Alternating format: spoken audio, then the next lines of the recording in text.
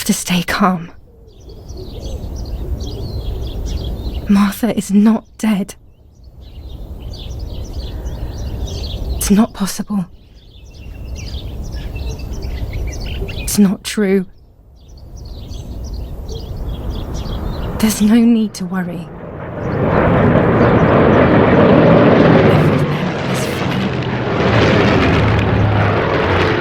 Everything will be fine.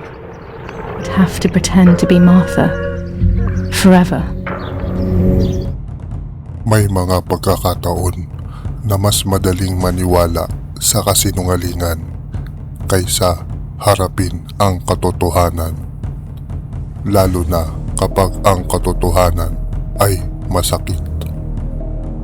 Lalo na Julia is kapag dead. ang katotohanan What kind of ay comment tungkol is that? sa sarili mo. How can you? Paano kung isang araw may makita kang bangkay sa lawa at sinabi nilang kapatid mo iyon? Pero habang sinusubukan mong alamin ang nangyari, napapansin mong may mas malaking problema. Hindi ang bangkay, February 26, hindi ang digmaan, hindi ang White Lady, kundi ang sarili mong alaala. Dahil sa Martha is Dead, Is may everything isang okay? tanong na hanggang matapos ang kwento, hindi kailanman nabibigyan ng siguradong sagot. Sino ba What are talaga you doing? ang nawala? Taong 1944, kasagsagan ng ikalawang digmaang pandaigdig sa isang maliit na bahagi ng Tuscany, Italy. Isang batang babae ang pilit na binubuo ang mga piraso ng isang trahedya.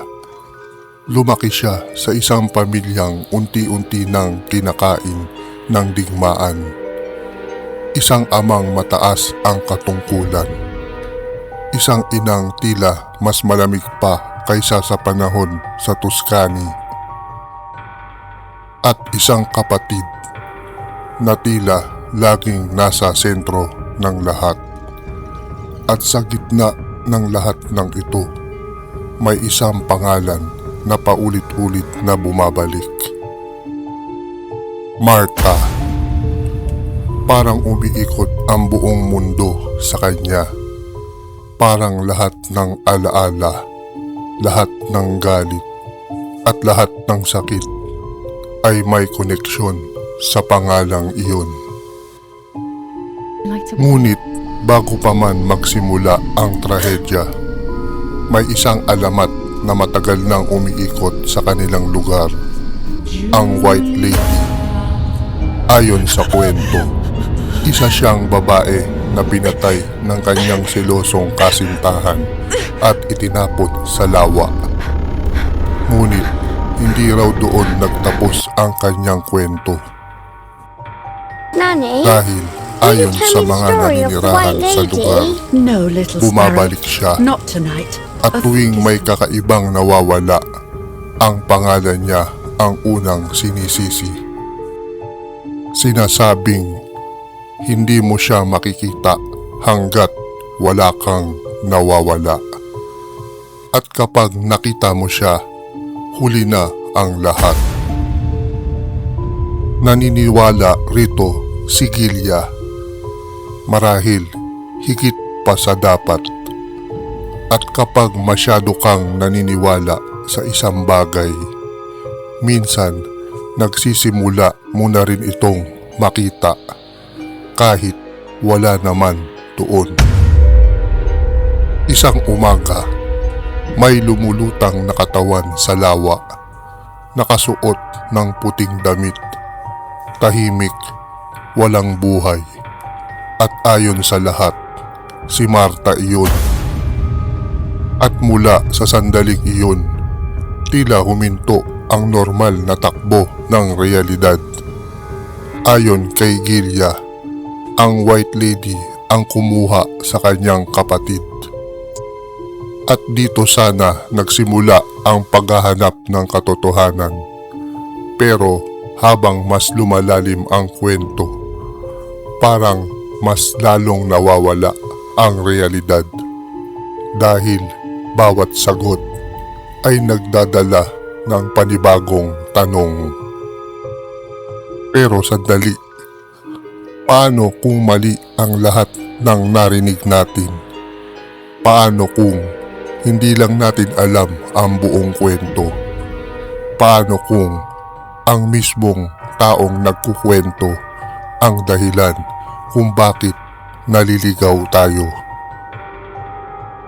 Ciao, I'm Julia Kay.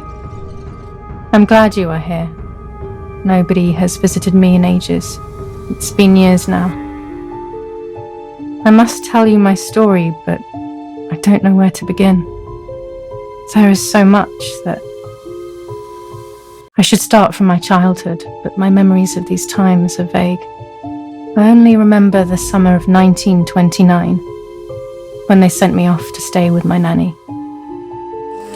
Isa ito sa mga eksenang unang nagpaisip sa maraming manlalaro dahil may mga sandaling tila hindi si Marta ang hinahanap ng kanyang ina. Parang may mali sa paraan ng pagtawag niya. Parang may taong nawawala na hindi natin napapansin. At kung nagkamali man siya, bakit ganon kalaki ang pagkakamaling iyon? Bakit parang mas madaling tanggapin ni Gilia ang buhay ni Marta kaysa harapin ang sarili niyang buhay? Matapos ang trahedya, unti-unting nagsimulang mamuhay si Gilia bilang si Marta.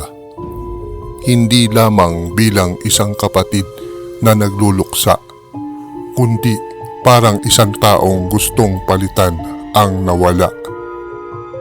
Parang mas gusto niyang maging si Marta kaysa manatiling si Gilia. At habang mas tumatagal, mas nagiging malinaw na hindi lamang siya naghahanap ng katotohanan.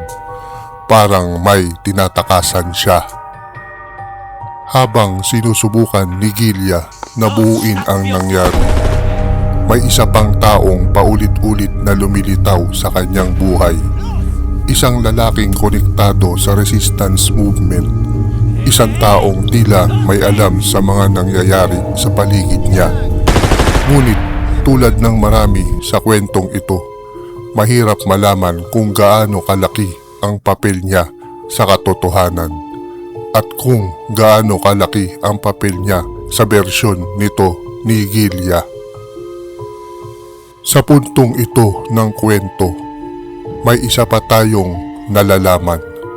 Si Gilia at Marta ay magkapatid, magkasing edad, lumaki sa parehong tahanan. Ngunit habang lumalalim ang kwento, parang mas lumalalim din ang anino ni Marta sa buhay ni Gilia. Parang hindi lamang siya kapatid, para isa siyang pamantayan, isang bersyon ng tao na nais niyang maging. May isa pang detalye na napansin ng ilang manlalaro. Si Gilia ay isang photographer. Bilang photographer, trabaho niya ang magpreserba ng realidad. Ang bawat litrato ay dapat ebidensya. Dapat katotohanan. Mahilig siyang magtala ng mga mukha, mga alaala, mga sandali. Pero habang tumatagal, maging ang kanyang mga alaala ay tila nawawalan ng focus. At kung ang taong kumukuha ng larawan ay hindi na sigurado sa kanyang nakikita, paano pa tayo? May isa pang bagay na mahirap baliwalain sa isang kwentong umiikot sa relasyon nilang magkapatid.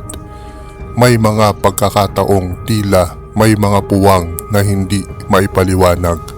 Sa isang kwentong umiikot sa dalawang taong napakalapit sa isa't isa, Bakit tila may mga bahagi ng kanilang buhay na napakahirap makita? Bakit tila may mga puwang sa mga alaala? Mga puwang na hindi kailanman lubusang pinupunan ng laro. Hindi ito patunay ng kahit ano at hindi ito kinumpirma ng laro. Ngunit sapat ito upang magdulot ng pagdududa. Dahil kapag hindi na malinaw ang realidad, kahit ang pinakamaliit na detalye ay nagiging kahina-hinala. At dito pumapasok ang tanong na hanggang ngayon ay pinagdedebatihan pa rin. Paano kung ang tunay na misteryo ay hindi kung sino ang pumatay kay Marta? Paano kung hindi kailanman tungkol kay Marta ang kwentong ito? Paano kung siya ang naging simbolo ng lahat ng bagay na hindi naging sigilya? Ang paboritong anak, ang tanggap, ang sapat, at nang mawala si Marta, hindi lamang kapatid ang nawala. Nawala rin ang taong matagal na niyang gustong maging. Dahil habang tumatagal, mas mukhang hindi lang nawalan ng kapatid si Gilya, parang nawalan siya ng dahilan upang maging sarili niya. Sa pagtatapos ng Marta is Dead, maaaring isipin ng ilan na nalutas na ang misteryo. Ngunit marahil, hindi iyon ang tunay na layunin ng kwento. Dahil hanggang sa huli, hindi pa rin malinaw kung gaano sa ating nakita ang tunay na nangyari. Hindi natin alam kung gaano rito ang bunga ng trauma, ng guilt, ng kalungkutan, at ng desperadong pagnanais na takasan ang realidad. What are you doing, my daughter? Marahil, Why do you want to ruin wala your talagang life? multo I'm sa sorry. lawa, It wala wasn't rin me who just sumpa, shot Mummy. at marahil It wasn't me. ang White Lady ay isa lamang paraan ng isang sirang isip para takasan ang katotohanan. Dahil What have minsan, I done? mas madaling gumawa ng multo kaysa tanggapin ang sarili. At baka iyon ang tunay na horror ng Marta is Dead. Hindi ang digmaan, hindi ang bangkay, hindi ang White Lady, kundi ang isip na kaya kang lokohin hanggang pati ikaw hindi mo na alam kung sino ka. Kaya sa pagtatapos ng lahat, iisa pa rin ang tanong, hindi kung sino ang namatay, kundi kung sino talaga ang nawala.